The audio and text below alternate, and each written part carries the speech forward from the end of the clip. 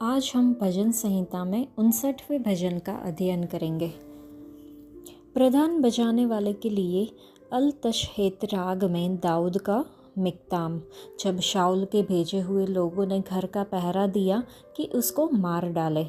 हे मेरे परमेश्वर, मुझको शत्रुओं से बचा, मुझे ऊंचे स्थान पर रखकर मेरे विरोधियों से बचा। मुझको बुराई करने वालों के हाथ से बचा और हत्यारों से मेरा उद्धार कर, क्योंकि देख वे मेरी घात में लगे हैं। हे यहोवा, मेरा कोई दोष या पाप नहीं है, तो भी बलवंत लोग मेरे विरुद्ध इकट्ठे होते हैं।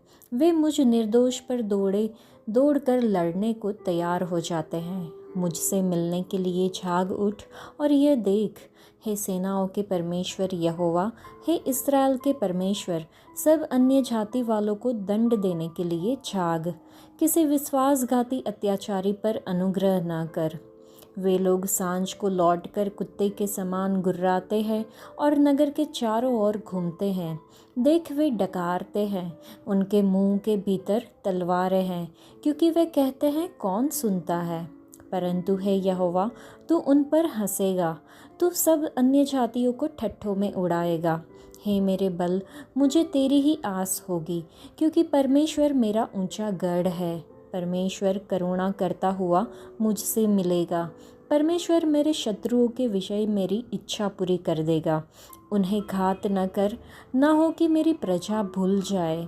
हे प्रभु, हे हमारी ढाल, अपनी शक्ति से उन्हें तितर बितर कर उन्हें दबा दे। वह अपने मुंह के पाप और ओठों के वचन और शाप देने और झूठ बोलने के कारण अभिमान में फंसे हुए पकड़े जाएं। जलजलाहट में आकर उनका अंत कर दे, ताकि वे नष्ट हो जाए। तब लोग जानेंगे कि परमेश्वर याकूब पर वरन पृथ्वी की छोर तक प्रभुता करता है। वे सांझ को लौटकर कुत्ते के समान गुर्राते और नगर के चारों ओर घूमते हैं। वे टुकड़े के लिए मारे मारे फिरते और तृप्त न होने पर रात भर गुर्राते हैं। परंतु मैं तेरी सामर्थ का यश गाऊंगा और भोर को तेरी करुणा का जय जयकार करूंगा, क्योंकि तू मेरा ऊंचा गढ़ है और संकट के समय मेरा शरण स्थान ठहरा है। हे मेरे बल, मैं तेरा भजन गाऊंगा, क्योंकि हे परमेश्वर, तू मेरा ऊंचा गढ़ और मेरा करुणामयी परमेश्वर है। यह भजन दाऊद द्वारा लिखा गया था। दुश्मन के हमलों से खतरा होने पर मुक्ति के लिए प्रार्थना। राजा शाऊल ने दाऊद के घर की निगरानी करने के लिए लोगों को भेजा, ताकि उसे मार डाला जा सके। दाऊद के शत्रु क्या कर रहे थे? लिखा है, वे मेरी जान लेने की फिराक में है, वे मेरे सामने इकट्ठे होते हैं, वे मुझ पर हमला करने के लिए तैयार है। देख वे डकारते हैं, उनके मुंह के भीतर तलवारें हैं। दूसरी बात हम सोचे कि दाऊद ने क्या प्रार्थना की, तो लिखा है, हे मेरे परमेश्वर, हे यहोवा, मुझे मेरे शत्रुओं से छुड़ाओ, जो मेरे विरुद्ध उठते हैं उनसे मुझे बचा लो, मुझे उन जालिमों से छुड़ा लो। उसने वहाँ पे परमेश्वर के सामर्थ और सुरक्षा पर भरोसा किया। लिखा है कि आप मेरी ताकत है, आप मेरी सुरक्षा है, आप मेरे गढ़ है। संकट के समय में आप मेरे लिए परमेश्वर है। और अगर हम परमेश्वर का प्रत्युत्तर देखें कि वो क्या करेंगे, तो हम देखते हैं कि यहोवा परमेश्वर सभी शत्रुओं को दंड देने के लिए जागेंगे। यहोवा परमेश्वर कुकर्मियों पर दया नहीं करेंगे। यहोवा परमेश्वर उन पर हंसेंगे, सब शत्रुओं का उपहास करेंगे। और लिखा है कि परमेश्वर मुझसे पहले जाएंगे। परमेश्वर उन्हें तितर बितर कर देंगे, उन्हें नीचे गिरा देंगे, उन्हें उनके अहंकार में पकड़ लेंगे। और परमेश्वर उन्हें क्रोध में तब तक नष्ट करेंगे जब तक वे समाप्त नहीं हो जाते। तो क्या आप कोई दुश्मनों का सामना कर रहे हैं जो आपको खत्म करने की कोशिश कर रहे हो? चलिए हम सर्वशक्तिमान परमेश्वर पर भरोसा करें, वह हमें हमारे सभी शत्रुओं से बचाने में सक्षम है। इस भजन के 16 और 17वें वचन से हम समझ सकते हैं कि दाऊद संकट के दिन की बात कर रहा है।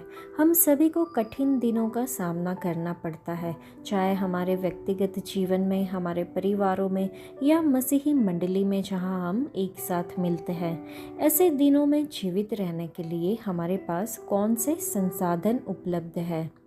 यह भजन भविष्यवाणी करता है कि भविष्य में आने वाले संकट के दिन, महान क्लेश जिसका यहूदी अवशेष लोग सामना करेंगे, हमारा परमेश्वर वही है और उस दिन उनके लिए उपलब्ध आध्यात्मिक संसाधन वही है जो आज हमारे लिए उपलब्ध है। सबसे पहले भजनकार परमेश्वर की शक्ति पर बात करते हैं। परमेश्वर की शक्ति सृष्टि और प्रभु यीशु के पुनरुत्थान में भी प्रदर्शित होती है। यही सामर्थ्य अब हमारे अंदर काम कर रहा है, हमें मुसीबत के दिनों में हमें सहारा देता है और इस तरह हमारे जीवन को प्रभु यीशु मसीह की समानता में ढाला जाता है। दूसरा, हमें प्रतिदिन सहारा देने के लिए हमारे पास परमेश्वर की दया या प्रेममय भलाई है। हमारी दैनिक ज़रूरतों को पूरा करने के लिए उनकी दया हर सुबह नवीनीकृत होती है। तीसरी बात कि वे हमारे गढ़ और शरण स्थल है। जब हम अपनी परिस्थितियों में फंस जाते हैं तो चलिए हम अपने प्रभु यीशु मसीह के नाम पर शरण के लिए अपने पिता के पास दौड़े। प्रेरित पौलुस यह कहने में सक्षम थे कि मुसीबत के दिनों में जिनका उसने सामना किया था, लिखा है कि प्रभु मेरे साथ था और उन्होंने मुझे बल दिया। वे आज हमारे लिए भी ऐसा ही करेंगे। चौथी बात कि वे हमारी ताकत है। हमारे अपने हाथ कमज़ोर है। फिलिपियों की पत्री में लिखा है 4 अध्याय में कि जो मुझे सामर्थ्य देता है उसमें मैं सब कुछ कर सकता हूँ। तो ध्यान दे कि जब भजनकार ने सोचा कि परमेश्वर उसके लिए है तो वह गाने में, आनंदित होने में सक्षम था। तो आज हम भी उनके द्वारा बल पाकर मुसीबत के दिनों में भी खुशी से आनंदित होने में सक्षम बने। आज के लिए इतना ही। परमेश्वर आप सबको आशीष दे। धन्यवाद।